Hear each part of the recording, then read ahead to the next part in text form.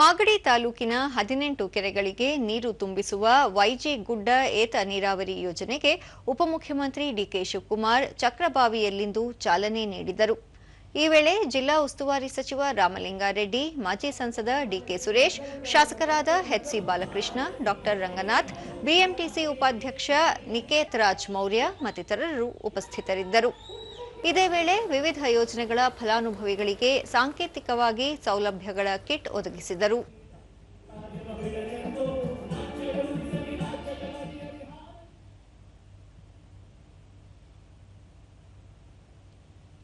ಬಳಿಕ ಡಿಕೆ ಶಿವಕುಮಾರ್, ಬೆಂಗಳೂರು ದಕ್ಷಿಣ ಜಿಲ್ಲೆಯಲ್ಲಿ ದೇಶದಲ್ಲಿಯೇ ಅತಿ ಹೆಚ್ಚು 25 ಸರ್ಕಾರಿ ಶಾಲೆಗಳನ್ನು ಕರ್ನಾಟಕ ಪಬ್ಲಿಕ್ ಶಾಲೆಗಳನ್ನಾಗಿ ಮೇಲ್ದರ್ಜೆಗೇರಿಸಲಾಗಿದೆ. ರೈತರಿಗೆ ಆರ್ಥಿಕ ಶಕ್ತಿ ತುಂಬುವ ನಿಟ್ಟಿನಲ್ಲಿ ಮಾಗಡಿ ತಾಲೂಕಿನ ಕೆರೆಗಳಿಗೆ ನೀರು ತುಂಬಿಸಲಾಗುತ್ತಿದೆ.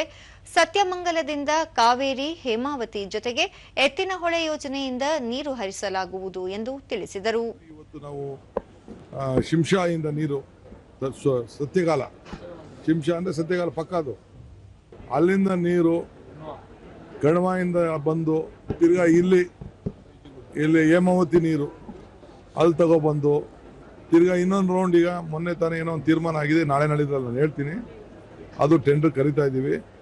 ಎತ್ತಿನಹೊಳೆ ನೀರು ಎಲ್ಲ ಇಲ್ಲಿಗೆ ಬರ್ತದೆ.